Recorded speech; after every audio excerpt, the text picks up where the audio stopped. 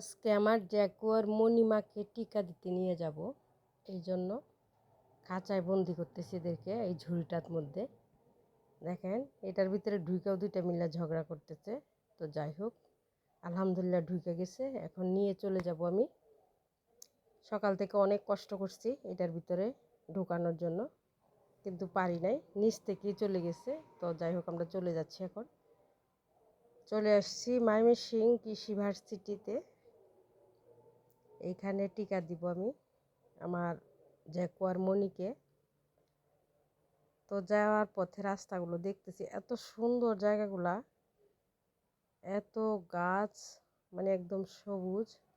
তো এই যে আমরা চলে আসছি হাসপাতালে। ওদেরকে টিকা দিয়ে কিছু গাছ নিয়ে বাসায় চলে আসলাম। এই যে আমার টিকার কার্ডগুলা দেখেন, এত চিল্লাচিল্লি করছে ওইটার ভিতরে গিয়া টিকা দেওয়ার সময়।